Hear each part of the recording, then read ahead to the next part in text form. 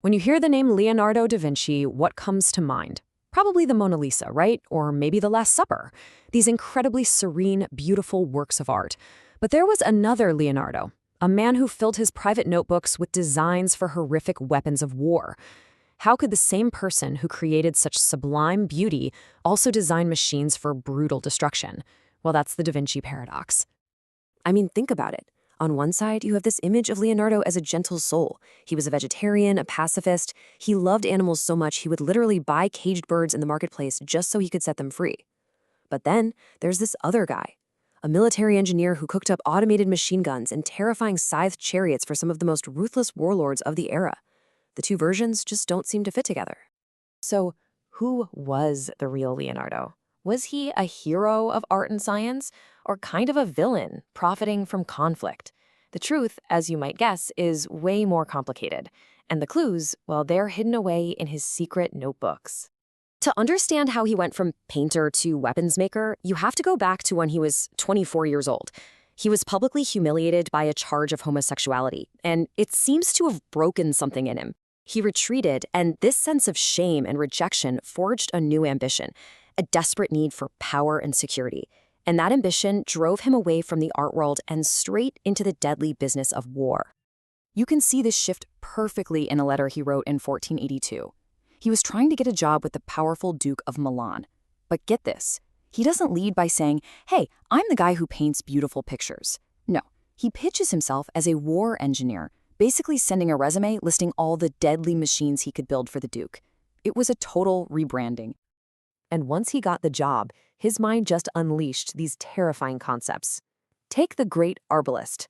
This wasn't just a giant crossbow. It was a psychological weapon. We're talking about something the size of a two-story building. See, Leonardo understood that the fear of a weapon can be just as powerful as the weapon itself. He was way ahead of his time, blending mechanics and psychology. Then there was his 33-barrel organ. Let's be real, it was an early machine gun. It was designed to fire in rapid succession, just mowing down enemy soldiers.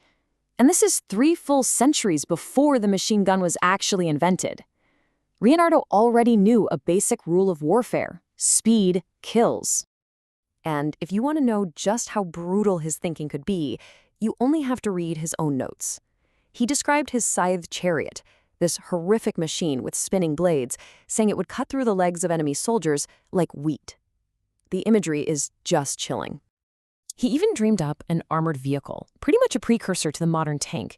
It was this mobile fortress designed to protect soldiers inside while they fired out in every direction. But here's the twist.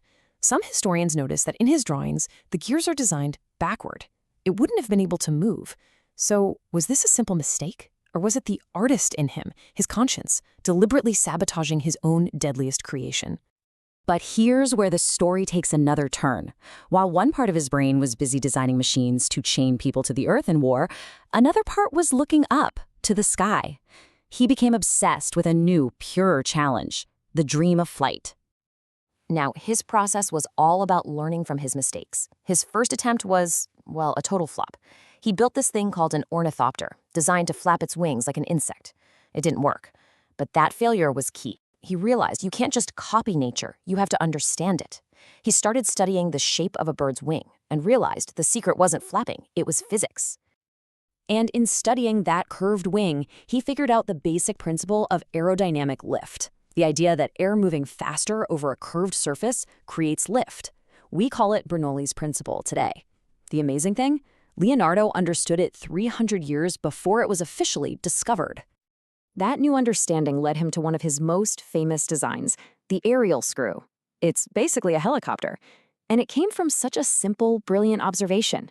He saw a screw boring into wood and thought, wait a minute, what if you could screw your way up into the air?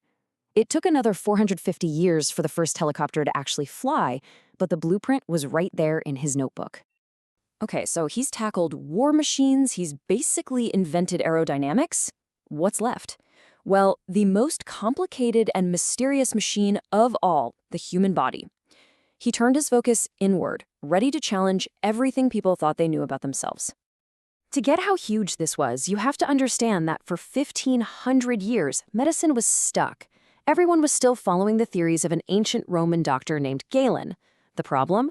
Galen's theories were based on dissecting pigs and apes, not people, so he got a lot of things wrong. But in 1507, Leonardo finally got permission to dissect human corpses, and he started to see the truth for himself.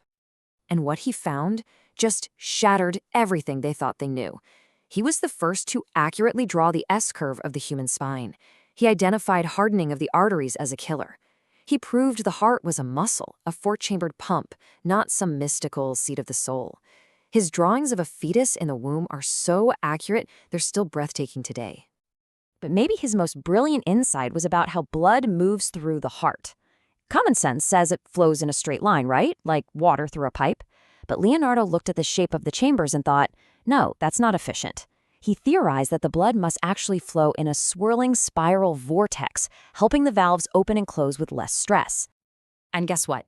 It took us 500 years and super advanced MRI scans to finally prove that he was absolutely 100% correct. The man was half a millennium ahead of modern medicine. You'd think this would be his masterpiece, the work that changed the world. He was putting together this incredible encyclopedia of human anatomy, but it was never finished. Because just as he was on the verge of this breakthrough, everything fell apart. It was a 1-2 punch of tragedy. First, the plague swept through and killed his young research partner. Then, jealous rivals spread rumors that he was practicing black magic, which led the Pope to ban him from working in hospitals. His great work, the book that could have advanced medicine by 200 years, was just abandoned. And in the end, this is what haunted him. On his deathbed, the man who had done all of this, painted the Mona Lisa, figured out flight, decoded the human heart, he whispered that he had offended God and mankind because he hadn't worked enough. It's just a heartbreaking confession from a genius who felt like a failure. So how do we make sense of this beautiful, chaotic mind? Well, today, some scientists think Leonardo might have had what they call a mixed cognitive phenotype. It's a modern term for a brain that's wired for incredible curiosity, seeing patterns everywhere and being good at a ton of different things. But it also often comes with traits that look a lot like ADHD, getting distracted easily and struggling to finish big projects. His genius and his struggles were two sides of the very same coin. So Leonardo's story is a tragedy, really. Not just because his ideas were lost for centuries, but because he was a mystery even to himself. And it leaves you with a really big question. If a mind that brilliant could be so misunderstood and so full of self-doubt, what true genius, what unconventional way of thinking are we failing to see and appreciate in the world around us right now?